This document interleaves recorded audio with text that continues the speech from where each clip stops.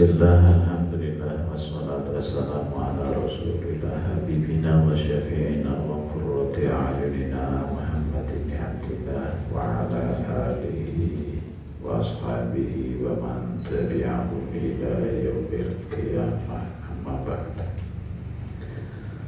Hadratal mutarabbin wal mukarrabin, para hadim, para ulama yang sangat kita hormati, yang sangat kita harapkan barokahnya, yang kami hormati Bapak Hais selaku pemilik rumah sakit Hais Wonosobo dan Ibu Direktur beserta keluarga dan para karyawan dan karyawati yang kami hormati, yang kami muliakan. Puji syukur alhamdulillahirabbil alamin, pada kesempatan siang hari ini kita masih diberi kesempatan oleh Allah untuk bermuajahat dalam thalabul ilmi. Mudah-mudahan kita semua senantiasa mendapatkan rahmat, taufik, hidayah serta inayahnya dari Allah Subhanahu wa ta'ala. Amin. Salawat serta salam senantiasa kita sanjungkan pada beliau baginda Nabi Muhammad sallallahu alaihi wasallam yang senantiasa kita harapkan syafaatnya dari dunia hingga akhirat nanti. Untuk selanjutnya,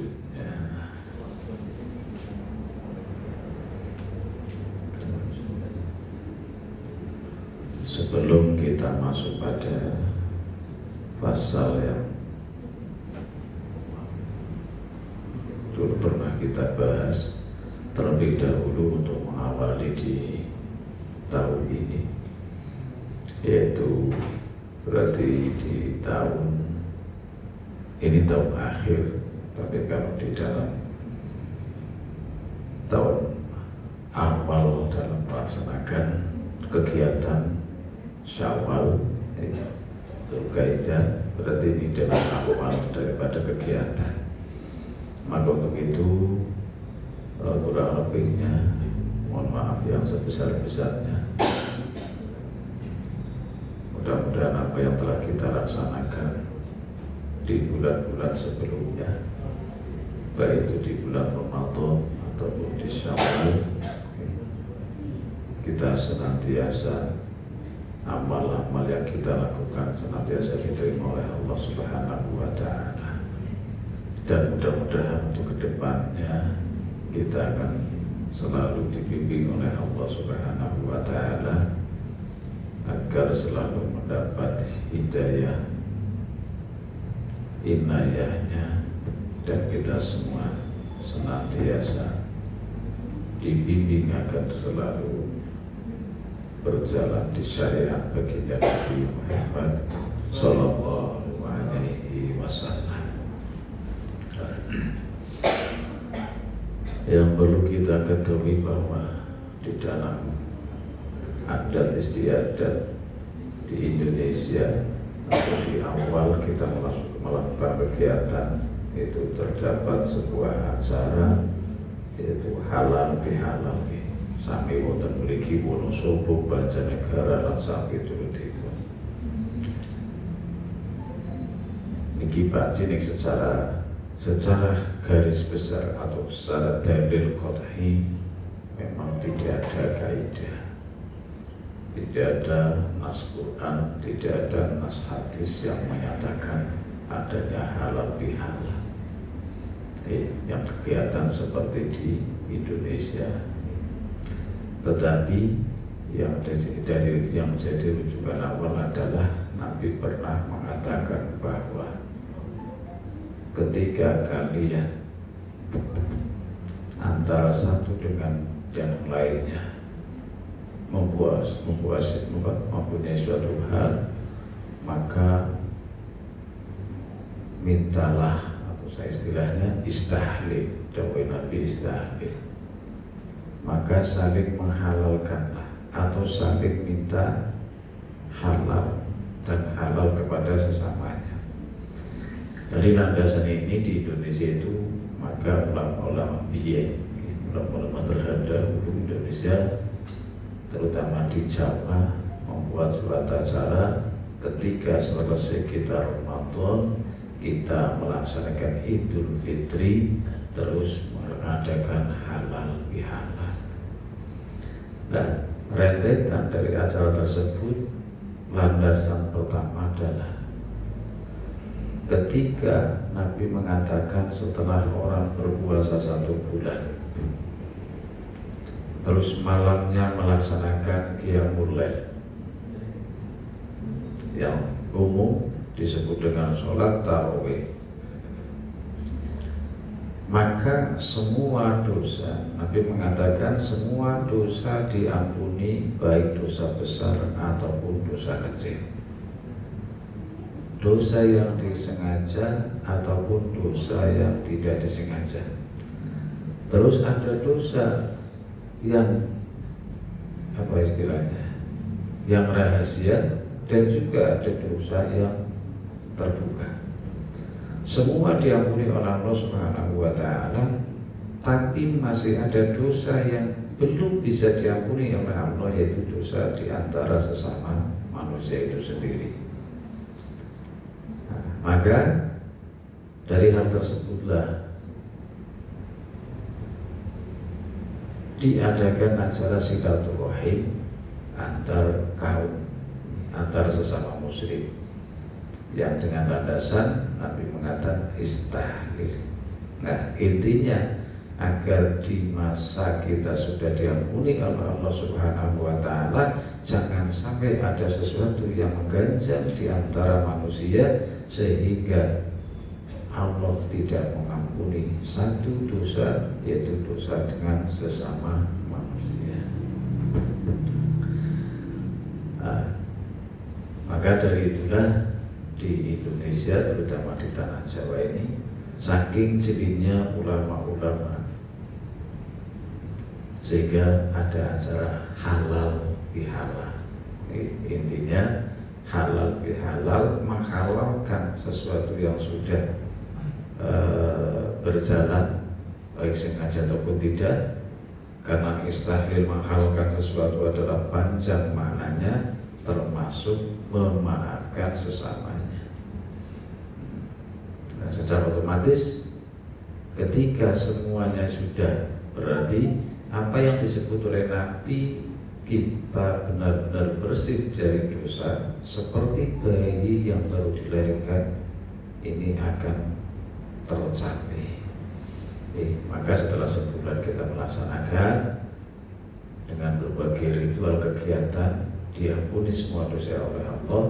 Nah, setelah kita melaksanakan dengan silaturahim, mohon maaf dengan sesamanya, maka ini kita benar-benar bersih. Artinya kertas itu, seandainya kita itu diibaratkan kertas atau kain yang putih, maka kain atau kertas tersebut sudah benar-benar putih tanpa noda. Nah, ini yang perlu kita pahami.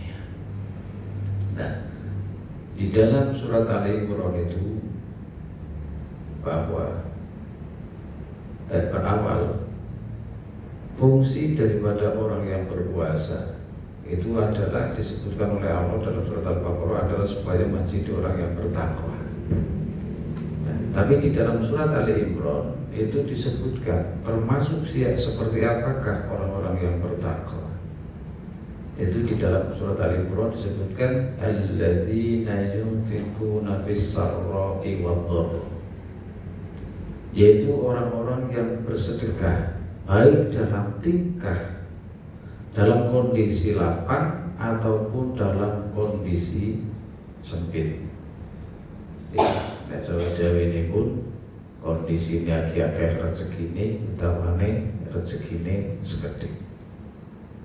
Niku berarti takwa. Lah terus sing pokok pripun? Yang penting manusia itu punya kontribusi.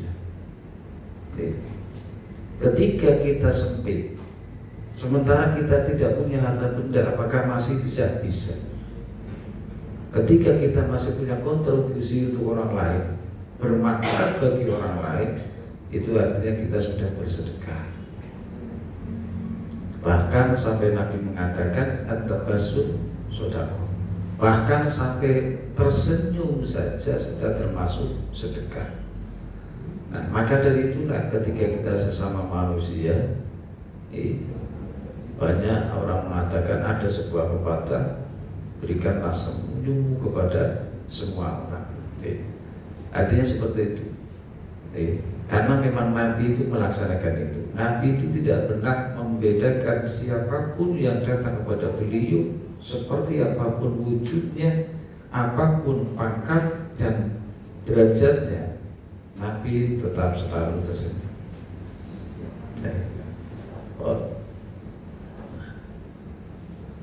Tidak punya harta pun dan punya tenaga, maka tenagamu bisa menjadi sedekah. Maka termasuk tanda awal dari orang yang bertakwa adalah alladzina yunfiquna fis sarra'i wad dharra. Nah, dari landasan itu juga ketika bulan Syawal Idul Fitri, maka masing-masing rumah semua menyiapkan suguhan dalam rangka menyambut tamu. Karena ada dasar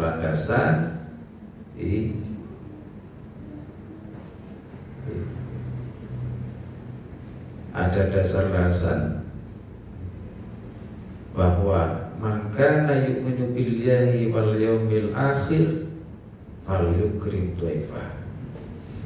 Ketika man kana cara manut jawane ngeten iki, man kana man sapane wong kana kan ana sapa man iku yu'minu iman sapa wong billahi wal yaumil akhir, iman kelawan Allah lan dina akhir, falyukrim dhaifah, maka muliakanlah tamu.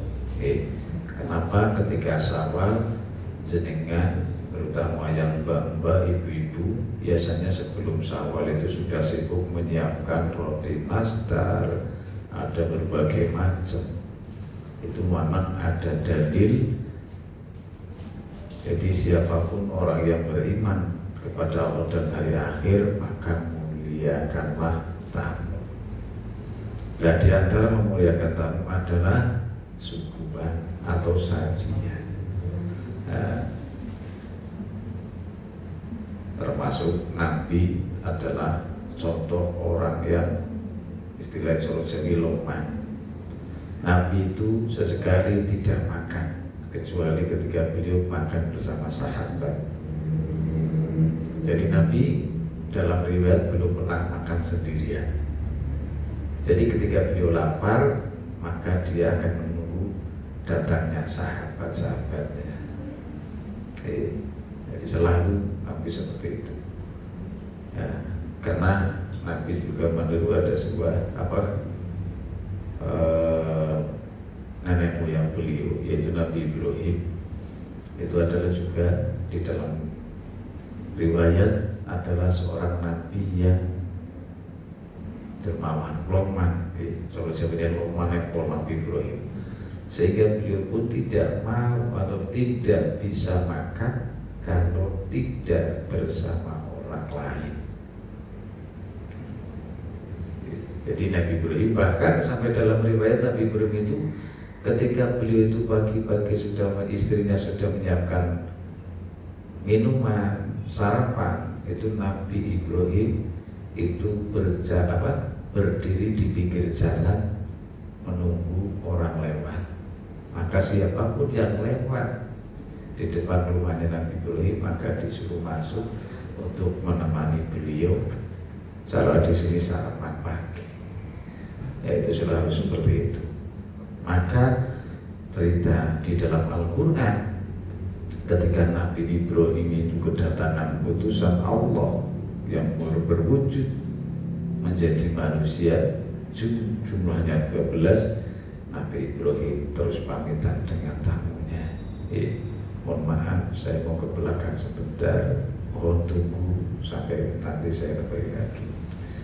Nah, Nabi Ibrahim itu ke belakang menyuruh rewangnya atau adalah sekarang itu pembantunya untuk memotong lembu. Ini Nabi Ibrahim. Jadi saking kelomannya beliau, saking dermawannya beliau, kedatangan tamu jumlahnya 12 orang itu saja sampai menyembelih lembu. Tapi ketika dagingnya disuguhkan kepada tamu, karena tamunya adalah malaikat yang menyamar menjadi manusia, tidak ada satupun yang menyentuh makanan itu sampai Nabi Ibrahim khawatir. Ya, kita selanjutnya dari landasan itu.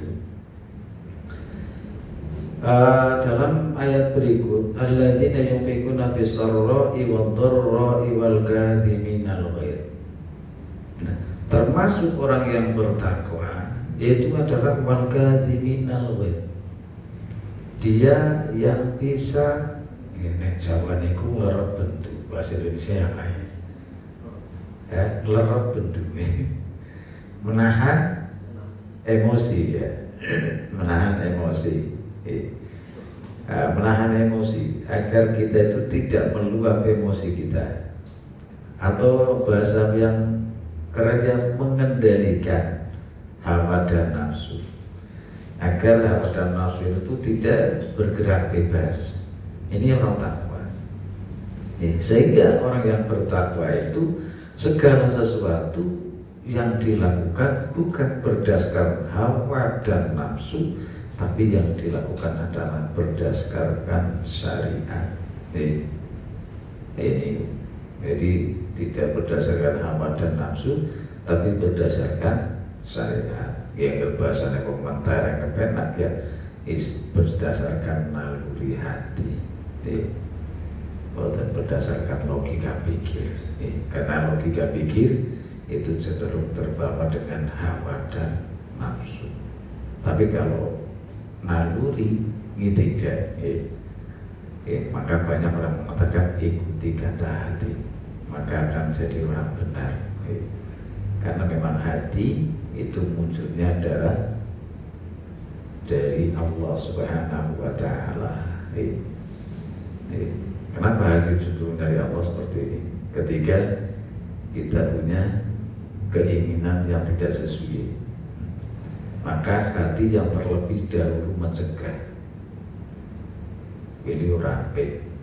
Nah itu seperti itu. Terus nanti akan muncul lagi, tapi kan senang dan berbagai macam. Wal kadhiminal ghaidh. Nah selanjutnya wal 'afina 'anil nas, dan memberi maaf kepada semua manusia. Aninas dalam konteksnya anas berarti semua tanpa kecuali. Maka di sini disebutkan dalam ayat itu wal afina aninas. Nah, memberi maaf kepada siapa? Manusia tanpa kecuali. Nah, yang paling pokok manusia, sesama manusia yang masing-masing punya kesalahan. Jadi kita niku ngapurani maring wong sing nyalahi kulo paling jenenge. Misalnya ngeten bapak atau mas niki baru kira sonsok karo kancane. Nah, ketika hari raya itu yang paling diburu yang itu. Misalnya tes diloke ya. Apalagi setelah difitnah, itu yang baik.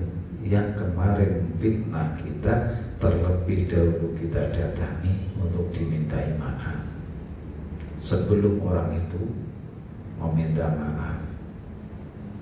Ini praktek wala'afina aninnas. Kenapa?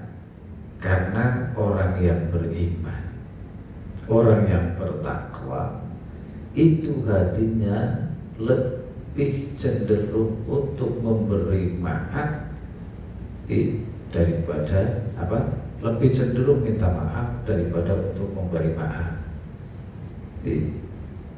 Artinya seperti ini. Orang yang takwa itu lebih suka meminta maaf, meskipun sebenarnya dia tidak menyalahi seseorang, yang menyalahi orang lain. Ini yang disebut dengan wal-afina 'anin nas, itu seperti itu. Jadi tidak memberi maaf ketika orang itu minta maaf, tidak hanya seperti itu. Kalau orang itu minta maaf sudah pasti harus memberi maaf. Tapi wal-afina 'anin nas itu adalah memberi maaf kepada semua manusia, termasuk mereka yang tidak mau meminta maaf. Karena ada kalanya memang tidak berani datang seperti itu. Nah, kalau kita dia sebenarnya kadang ada orang yang mau minta maaf tapi satu gengsi, terus yang kedua khawatir atau dan seterusnya. Maka ketika seperti itu terjadi, maka orang yang disalahi itu seyogyanya mendatangi orang yang berbuat salah. Ini wal-afina 'anin nas. Nah, ketika kita sudah bisa berbuat tiga itu tadi, Allah mengatakan wallahu yuhibbul muhsinin. Allah mencintai orang-orang yang berbuat bagus. Maka tiga dari yang disebut di dalam Al-Quran itulah yang termasuk orang sudah termasuk muhsinin. Jadi yunfikuna bisarra wa dharra, bersedekah di dalam tingkah lapang dan tingkah sempit, di dalam kondisi sempit, wal ghadi minal ghaib, menahan hawa nafsu, akar bentuk, terus wal afina 'anin nas. Ini itu berarti kita sudah menjadi orang yang muhsinin. Nah, ketika kita sudah menjadi orang muhsinin itu, maka orang-orang tersebut inilah orang-orang yang tergolong menjadi orang-orang yang menjadi ahli surga nanti di yaumil kiamat. Mudah-mudahan kita di antara bagian tersebut ya. Semuanya mudah-mudahan kita dari bagian itu, walaupun tidak bisa dalam bahasa Arabi. Tapi yang paling berat dalam konteks dilaksanakan itu memberi maaf kepada orang yang berbuat salah kepada kita, tapi kita yang meminta maaf. Ini paling berat. Maka guru saya memberi wejangan kepada saya, beliau almarhum Al-Mahfudz Muhammad Hasan itu memberi contoh kepada saya di kaitan ketiga nih. Kau naik bis di jodohan, kau sing berusaha jalur ngapura karo bojomu, aja ngeteni bojomu jalur ngapura, karena pembuatan ku yang kayak gengsi nih. Wong wadon kuwi akeh di samping gengsi, kenapa malah? Niku wong wadon niku banyak kekurangan ketika beliau. Nah, dalam praktik ternyata setelah saya pelajari itu benar. Jadi konteks meminta maaf kepada orang yang memberi salah itu sangat berat, sehingga belum dilatih ngoten niku ternyata ngeten. Kulo niku sering nyuwun ngapura karo bojo wadon. Bahkan hampir setiap malam kalau saya tidur, sebelum tidur, kok istri saya belum tidur, saya pasti meminta maaf selalu. Nah, terkecuali ketika saya pulang, istri saya sudah tidur, sudah tidak minta maaf karena sudah tidur. Nah, ternyata setelah saya biarkan, saya berusaha untuk tidak maaf, tidak mohon maaf, malam itu saya biarkan saja. Ternyata memang seperti itu. Perempuan mudah lupa atau perempuan senang beribun. Ternyata hari besoknya istri saya tidak minta maaf kepada saya. Padahal tujuan saya adalah diantaranya melatih istri. Jadi napa mau salah, mau bener, sing penting pokoknya jalur ngapura. Ini ngoten nggih. Ya, ya. Jadi selanjutnya termasuk ini yang memang berat, apalagi ketika seseorang itu memfitnah. Dan saya itu pernah difitnah dengan teman saya karena memang tidak tahu kronologi perjalanan. Artinya saya pernah berbuat sesuatu yang intinya seperti ini. Saya itu alhamdulillah ketika di pondok, karena memang saya berusaha apapun yang di pondok ada, saya berusaha bisa. Mungkin kalau bahasa menterengnya multi talent, sehingga saya di pondok itu yang lain tidak punya uang kalau tidak dikasih orang tua, kalau saya itu punya uang dan tidak sedikit walau tidak dikirimi orang tua. Bahkan saya di pesantren itu total itu secara perhitungan itu 17 tahun, hanya 7 tahun saya dibiayai orang tua. Sehingga yang tidak tahu dari mana dapatnya uang saya di pondok itu, sehingga ada memberitakan kepada yang lain bahwa saya memakai kas jamiah dulu ya, karena dulu dari seksi jamiah itu lama panjang 11 tahun. Nah, tapi kalau yang tahu enggak, karena alhamdulillah saya merintis dari jamiah itu dulu itu. Jamiah itu sebelum saya istilahnya enggak punya apa-apa. Nah, setelah saya menjadi jamiah, alhamdulillah perlengkapan demi perlengkapan, bahkan sampai di pondok itu punya peralatan sound system pertama kali itu saya. Karena memang saya bisa membuat sound system sendiri, dulu merangkai mixer, power, equalizer, sound system ada. Nah, terus jalan, terus akhirnya jalan. Nah, sehingga ketika itu terjadi, saya memang berat. Pengennya ya tak gelut pengennya. Ketika dikatakan dari orang lain, saya tabahin bener sampai ngomong kayak gini. Malaysia, loh kok bisa nih? Liung bocah pondok kan duit sih sekarang di orang berduit pondok. Apa yang duit kudu cerita kalau sendirimu? Apa yang kudu cerita? Rutinan apa yang kudu cerita? Apakah saya bercerita setiap hari saya pergi? Apakah saya harus lapor ke kamu ketika saya pergi saya dapat uang? Itu tidak harus saya ceritakan. Tapi yang jelas saya punya uang. Bahkan kalau sampai kulo ngomong mantan kali kanca kulo, bahkan sampai pengen ngerti sound system kulo merintis sendiri dengan uang saya sendiri. Dari hasil kulo belajar tilawah, ngelatih tilawah, kulo belajar rebana, ngelatih rebana, kulo belajar pencak silat, tenaga dalam yang latih pencak silat, tenaga dalam. Karena saya belajarnya di pondok, maka apa yang saya dapat saya kembalikan ke pondok, bukan untuk pribadi. Itu seperti itu. Nah, dulu saya latih rebana sampai ke Wonosobo, Purbalingga.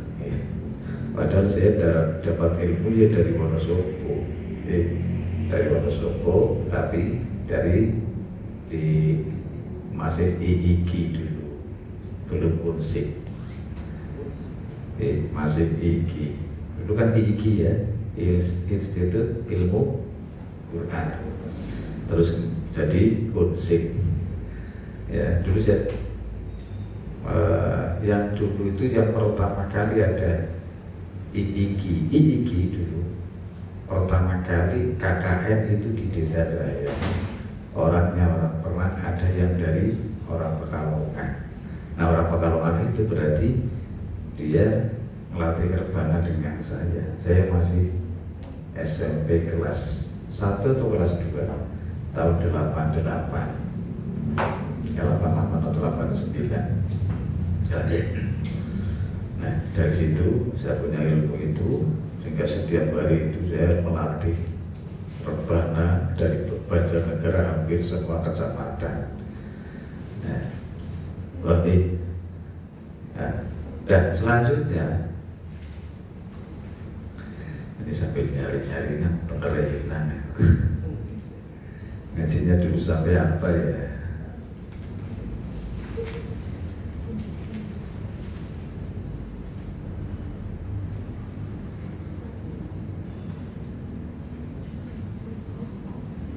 Oh iya, ini masih ingat.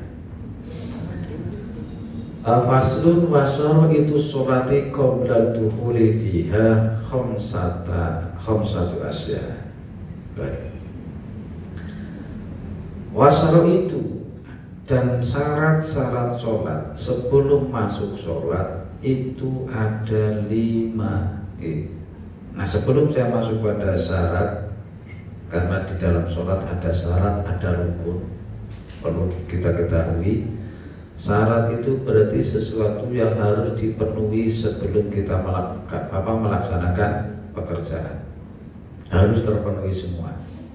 Nah, kalau rukun itu rangkaian di dalam kita melaksanakan pekerjaan.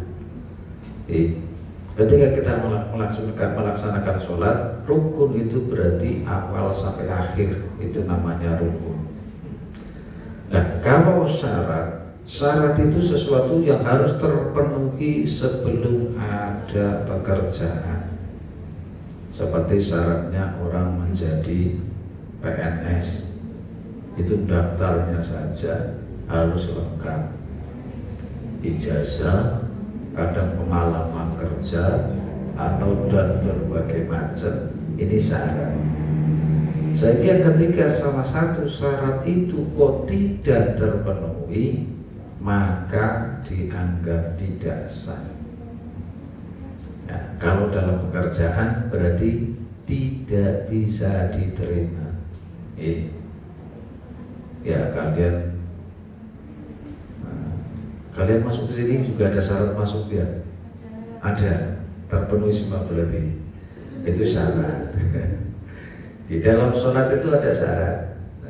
Syarat di sini adalah syarat sahnya sholat. Yang pertama, taharatul a'dha'i minal hadas. Maka perlu kita ketahui, sebelum kita melaksanakan sholat, kita harus terlebih dahulu yang pertama bersih, suci dari semua anggota badan.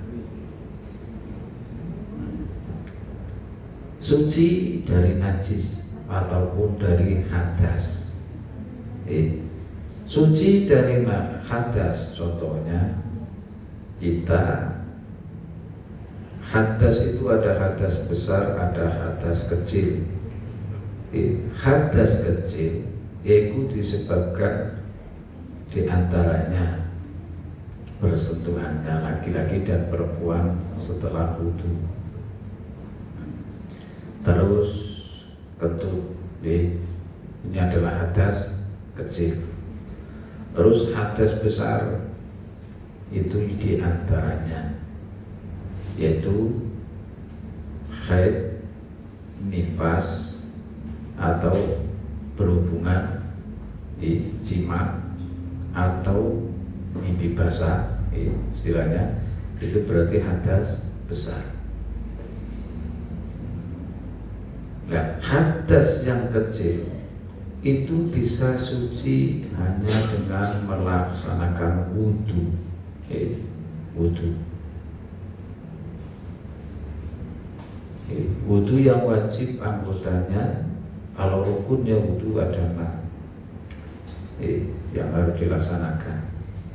Yang pertama niat, yang kedua membasuh wajah, yang ketiga membasuh tangan, keduanya sampai siku, terus mengusap sebagian kepala. Ini yang kepala itu tidak membasuh. Wa masku ba'dir roksi, mengusap sebagian kepala saja.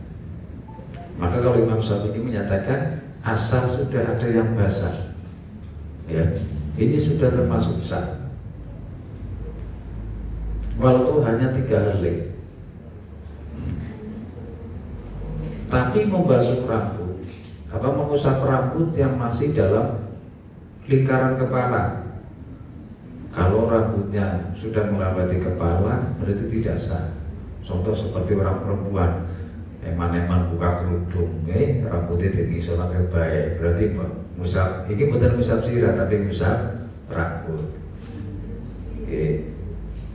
Tapi nih, jenengan ketika kalian itu mengusap sebagian kepala itu, di sini boleh. Jadi orang wudhu itu tidak harus di sini.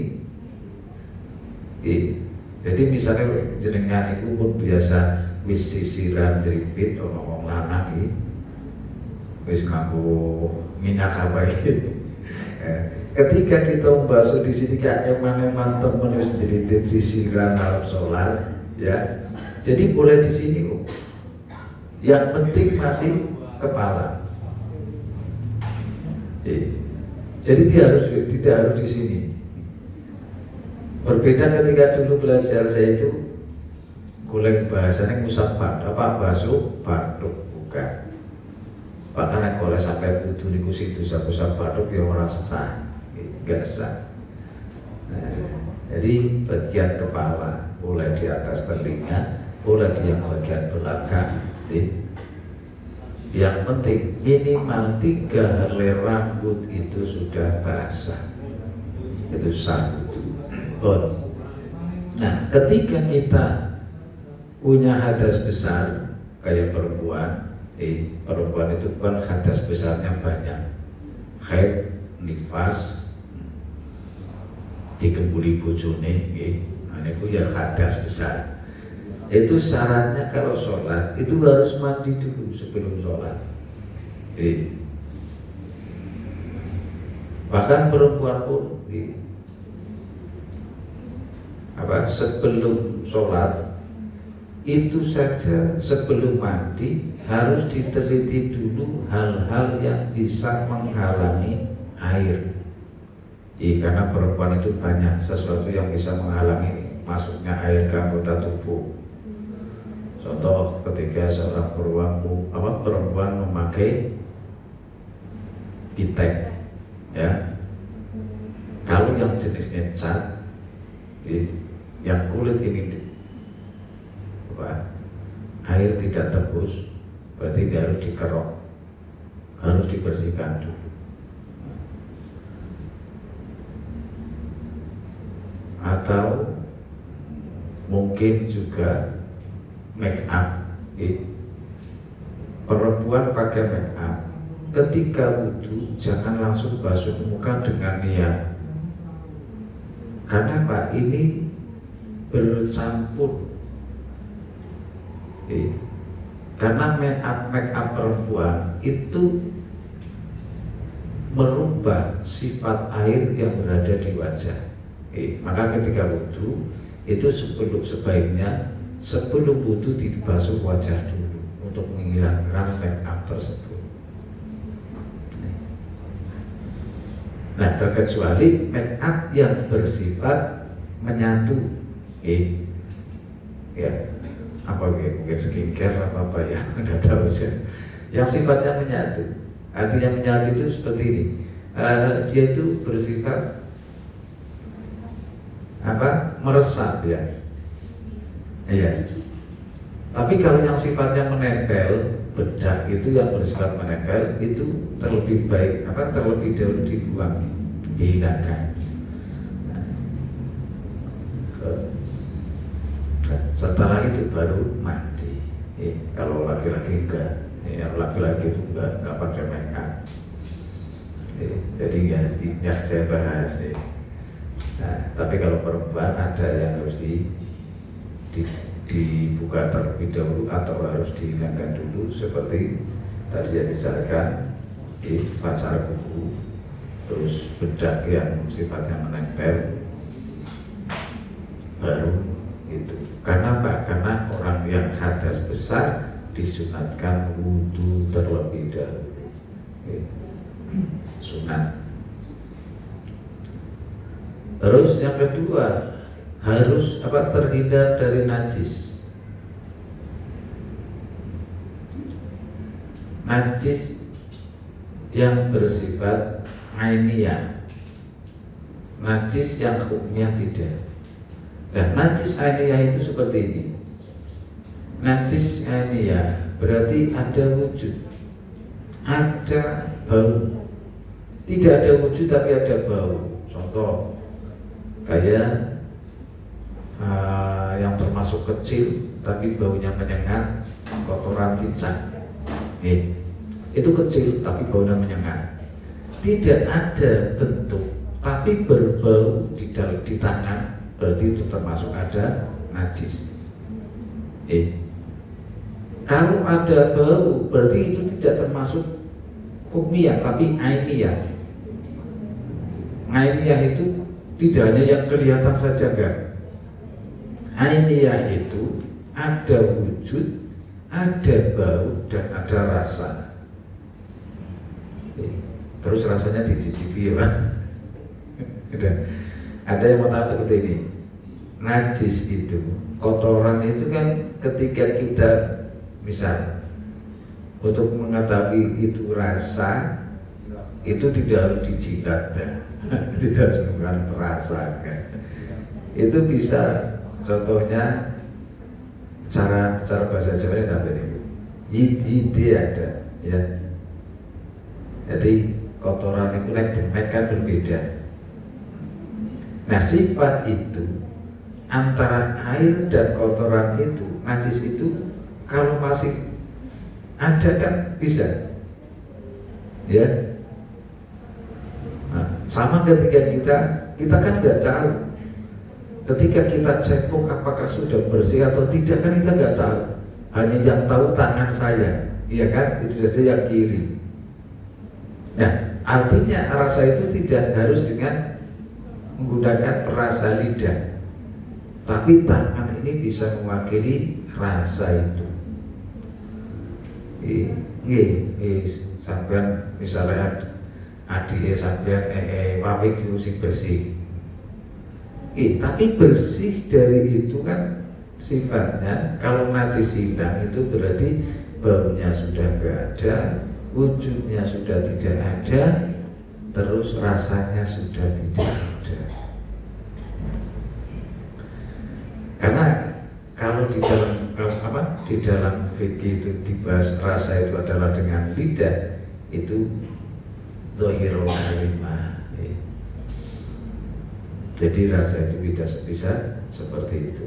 Tapi teman saya juga ada, karena di dalam fikih itu harus ada rasa, sehingga benar jangan tembelak rasanya apa sih. Ke dalam pembahasan ada rasa, ada warna, ada bau. Ini benar kancane kulo niku didilat tenan bekasnya tembelak. Nah, tidak harus seperti itu.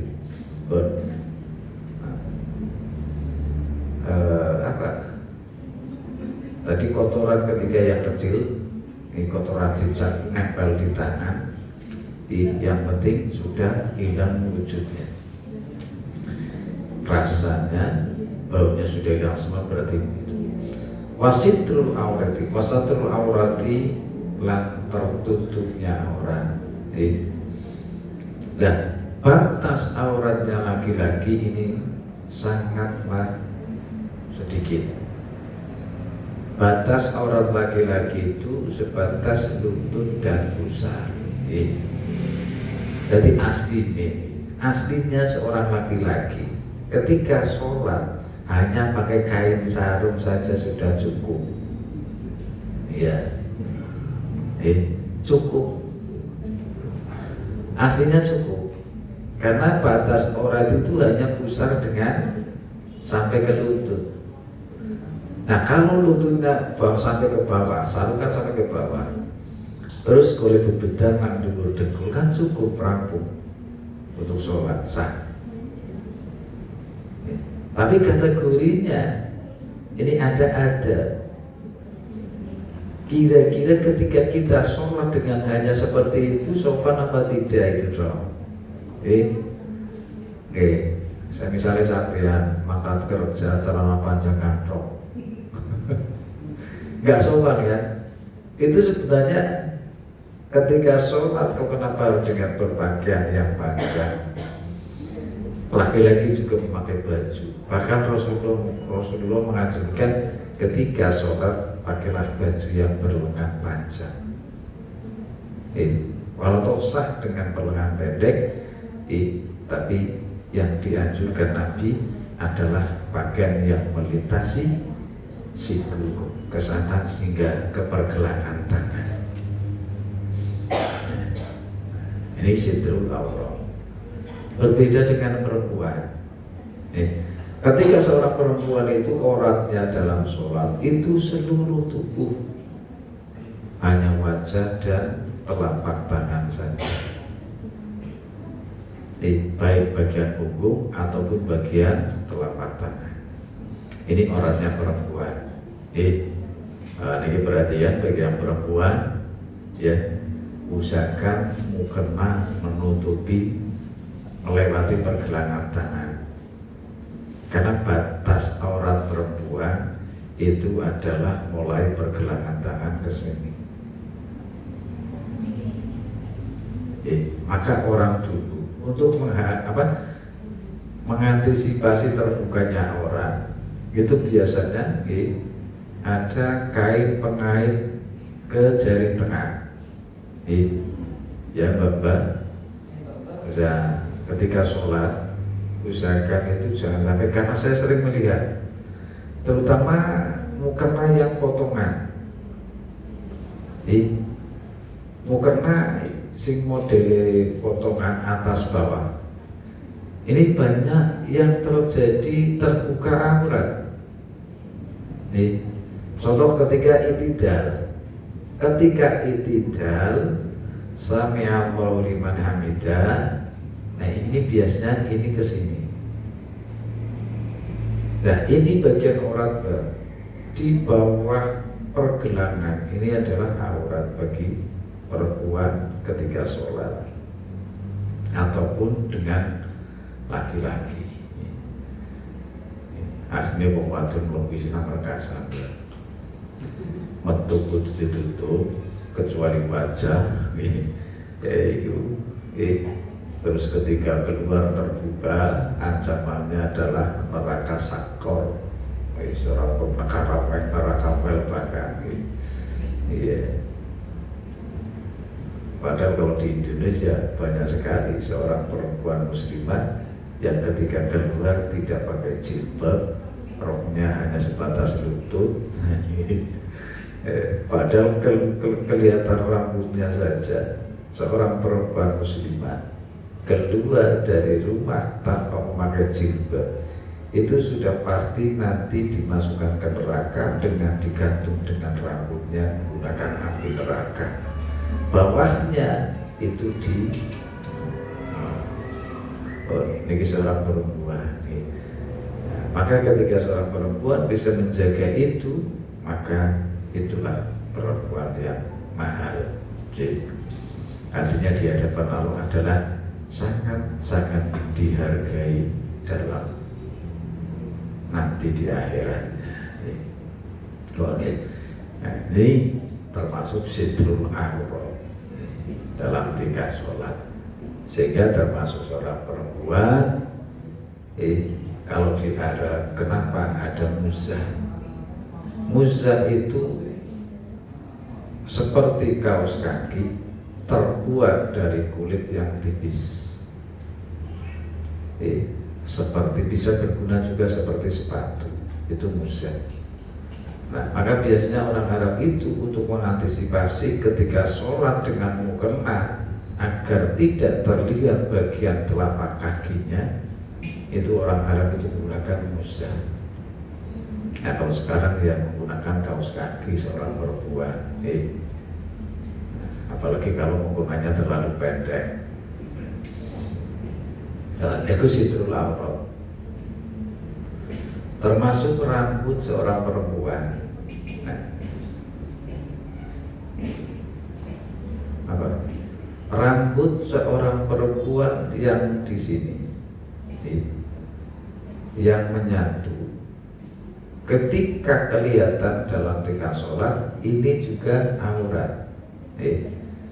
Rambut tok loh Mbak, ini cuma rambut saja itu masih aurat ketika sholat. Maka ketika sholat, monggo jilbabnya diperhatikan sangat, jangan sampai satu helai, karena satu helai saja yang keluar ketika sholat, maka menjadikan sholat itu tidak sah, tidak diterima di hadapan Allah.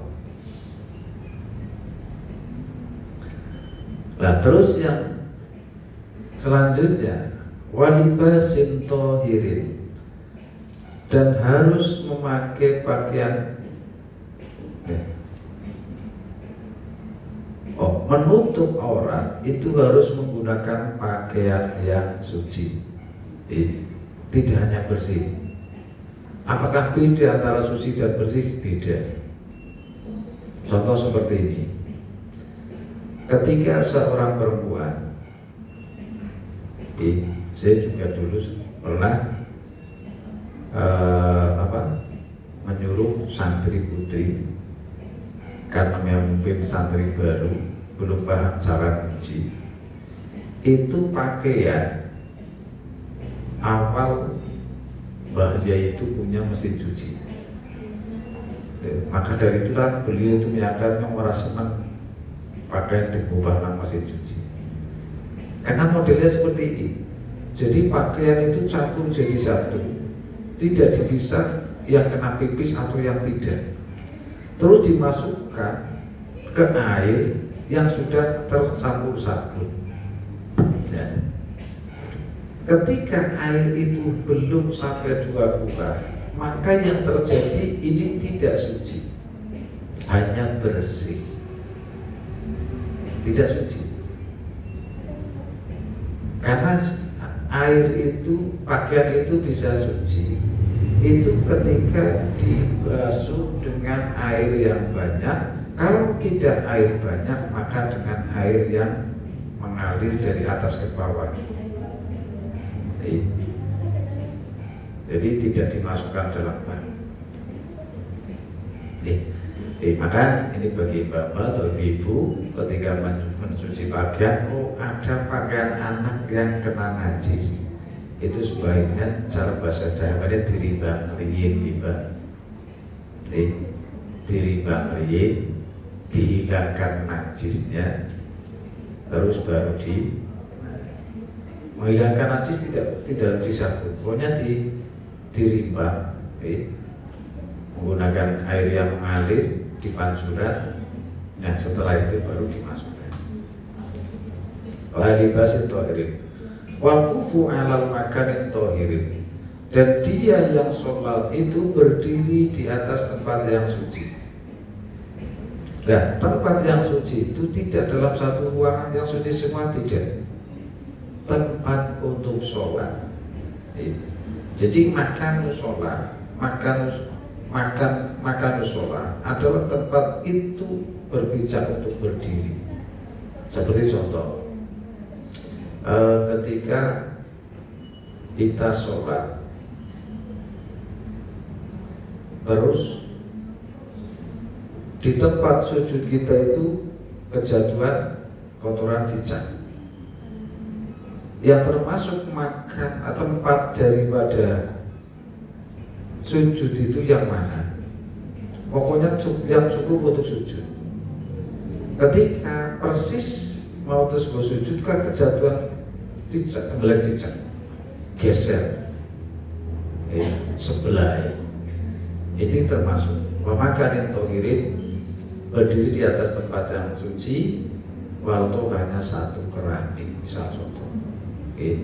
Nah, yang penting tempat kita berpijak itu tidak ada najisnya.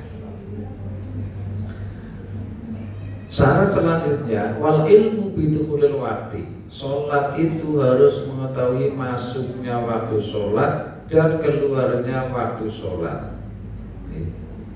Keluarnya waktu sholat artinya sholat duhur sampai jam berapa, ini sudah masuk sholat duhur apa belum, apa ini sudah waktu asar. Ini adalah mengetahui tentang masuk dan keluarnya waktu sholat. Terus syarat yang berikutnya, istiqbalul kiblati, dan menghadap kiblat. Sholat wajib menghadap kiblat. Artinya sebelum sholat kita itu sudah melaksanakannya, sudah menghadap ke kiblat, tidak dalam waktu sholat. Maka termasuk batal sholatnya orang yang belum menghadap kiblat, terus setelah itu temannya mengatakan, Mbak, sampai ini sholatnya malam idul, maka langsung batal karena tidak menghadap kiblat. Karena kiblat kita ini di Indonesia itu adalah berapa? 97 sampai 90 derajat dari arah busur derajat utara selatan. Dan cara gampangnya ya miring alor mantan kulon sedikit, kulon mantan miring alor sedikit. Pasti baru kiblat. Wa yajuzu tarkul kiblati fi halaitain. Tapi diperbolehkan tidak menghadap kiblat. Sholat boleh tidak menghadap kiblat. Itu hanya 2 tingkat. Satu, fi sidatil khauf, di dalam tingkat yang sangat takut. Sidatil khauf ini karena di zaman perang. Atau memang sangat takut ketika sampai menghadap kiblat. Contoh, rumah kalian menghadap ke kuburan, misal. Jadi bapak ibu ada yang rumahnya menghadap ke kuburan, misalnya depannya itu seberang jalan kuburan. Terus kita seorang perempuan itu di rumah sendirian, tidak berani ke masjid karena takut dengan kuburan. Karena orang sini kan banyak perempuan yang takut dengan kuburan. Laki-laki saja banyak yang takut dengan kuburan. Padahal di kuburan gak ada apa-apa. Saya sering malam-malam itu di kuburan. Di kuburan gak ada apa-apa. Yang ada bilang kuntilanak ada, kalau pocong itu pasti ada, tapi kuntilanak gak mesti. Kalau pocong pasti ada di kuburan. Tapi yang kuntilanak, saya belum pernah ketemu kuntilanak di kuburan. Belum pernah. Iya, kalau pocong saya belum pernah ketemu, kecuali pas ngubur roh. Tapi setelah dikubur nggak ada. Nah, ketika seorang perempuan atau laki-laki itu takut dengan seperti itu menghadap ke arah sana, maka boleh sholatnya tidak.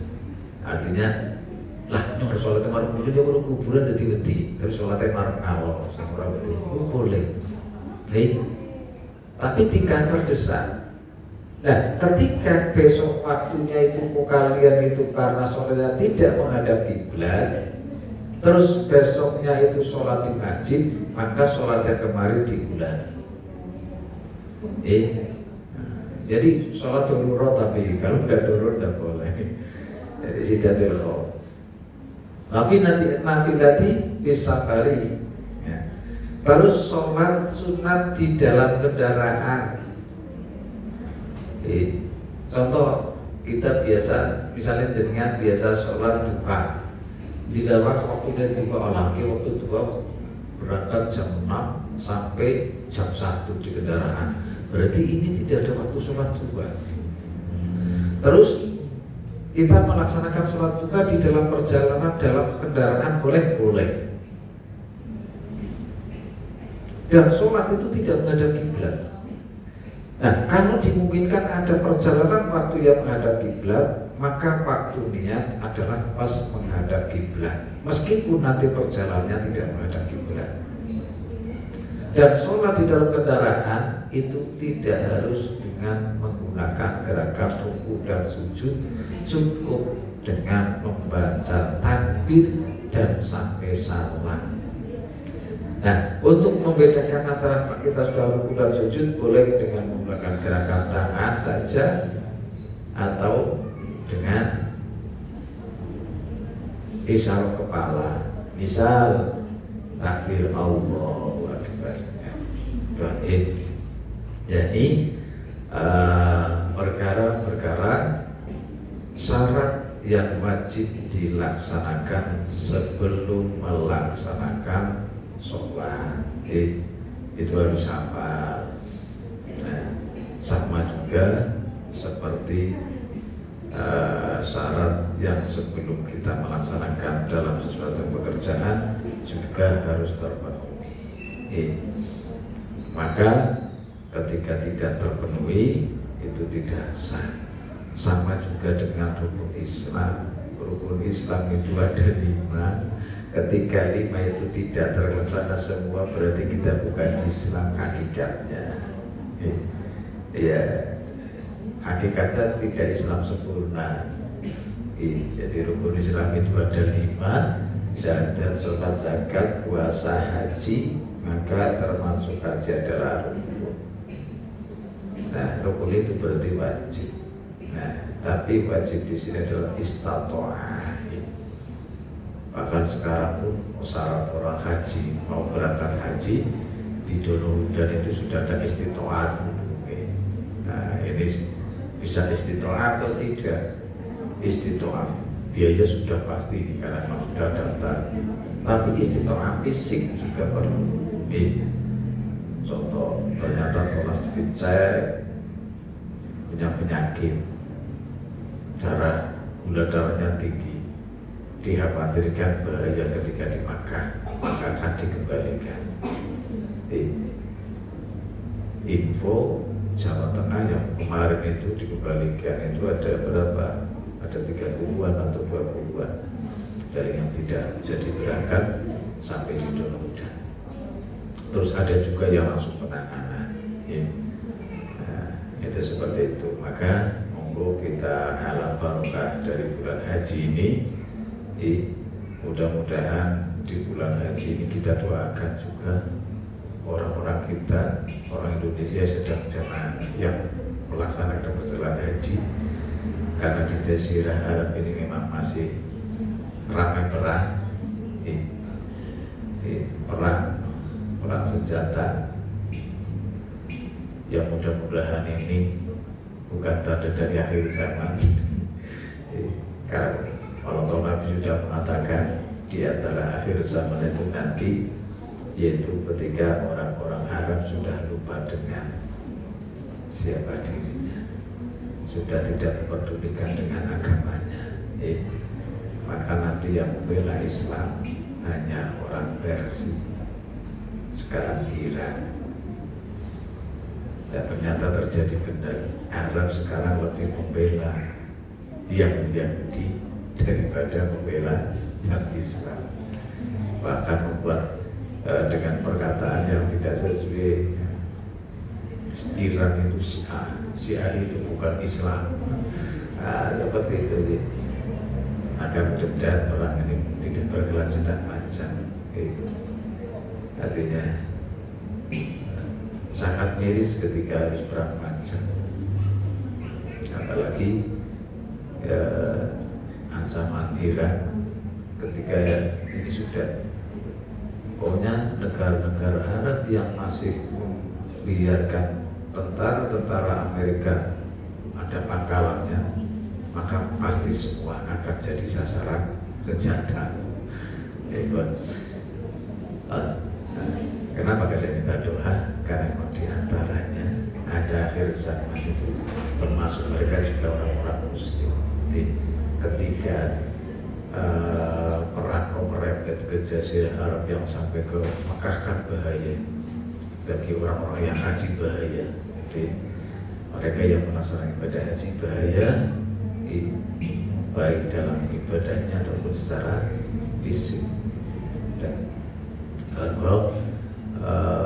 mudah-mudahan yang pertama juga mereka diberi kesehatan, kekuatan dan sebagainya. Dan juga kita mudah-mudahan yang belum mendaftar sama sekali, mudah-mudahan diberi rezeki oleh Allah yang banyak, yang luas, yang halal, yang barokah. Yang selanjutnya kita semua mudah-mudahan dijadikan orang yang istiqomah dalam beribadah, istiqomah dalam pekerjaan, istiqomah dalam apapun, karena memang istiqomah itulah yang akan menjadikan orang itu sebenarnya siapa. Ada seperti itu contoh. Orang itu akan menjadi petani beneran, dikatakan sebagai petani top itu ketika dia ulet terus dalam pertanian. Sama prestasi seorang dokter, dia akan menjadikan dokter yang top ketika istiqomah dalam melaksanakan apa ya sebagai prestasinya, profesinya. Dan juga perawat yang top itu adalah perawat yang istiqomah dalam melaksanakan profesi. Maka dalam kaidah mengatakan al-istiqomatu baromin al-bikamah. Istiqomah itu akan lebih utama daripada 1000 kekeramatan, keistimewaan zahiriyah. Al-Fatihah. A'udzubillahi minasyaitonir rajim. Bismillahirrahmanirrahim.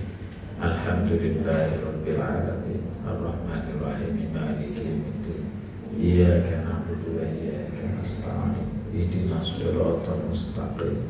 Siratal ladzina an'amta 'alaihim ghairil maghdubi 'alaihim waladdallin. A'udzu billahi minasyaitonir rajim. Bismillahirrahmanirrahim. Allahumma shalli wa sallim 'ala sayyidina Muhammad wa 'ala ali sayyidina Muhammad. Alhamdulillahirabbil alamin. Hamdan kafi ni'amati kafi mazidah. Ya Rabbana lakal hamdu kama yanbaghi li jalalikal karim wa 'azimi sultanik. Allahumma shalli wa sallim 'ala Muhammadin salatan tufarriju biha 'anna ma nahnu fihi min umuri dinina wa dunyana wa qul ya arhamar rahimin.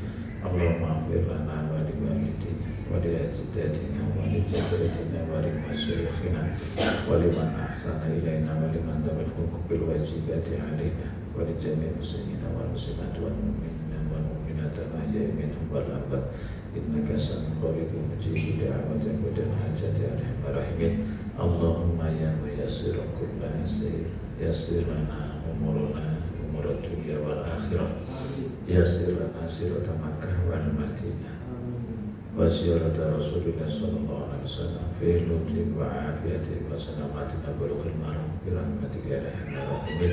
Allahumma nas'aluka ilman nafi'an wa qalban khashi'an wa amalan mutaqabbalan warzuqna rizqan halalan wasi'an thayyiban mubarakan min ghairi zambin wala masyaqqatin wala dari wala nasab. Rabbana taqabbal minna innaka antas sami'ul 'alim wa tub 'alaina innaka antat tawwabur rahim. Rabbana atina fid dunya hasanah wa fil akhirati hasanah wa qina adzabannar wadkhilna jannata ma'al abrar ya aziz ya ghafur ya rabbal alamin. Subhana rabbika rabbil izzati amma yasifun wa salamun 'alal mursalin walhamdulillahi rabbil alamin.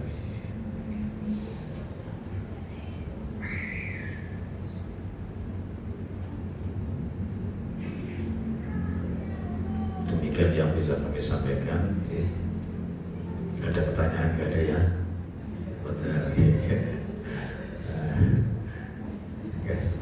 Pada selanjutnya, kurang lebihnya mohon maaf yang sebesar-besarnya.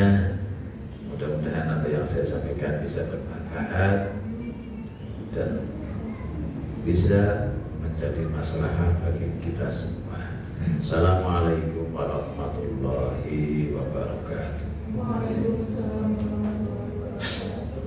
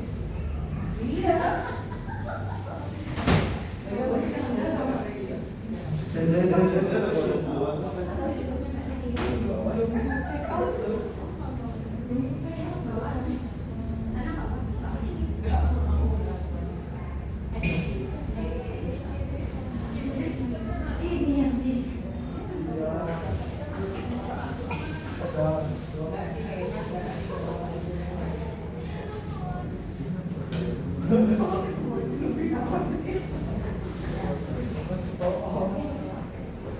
tempe pisang keput.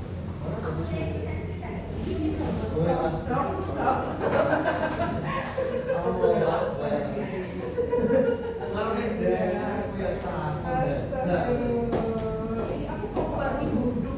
Tadi ini bapak duduk, ya bapak.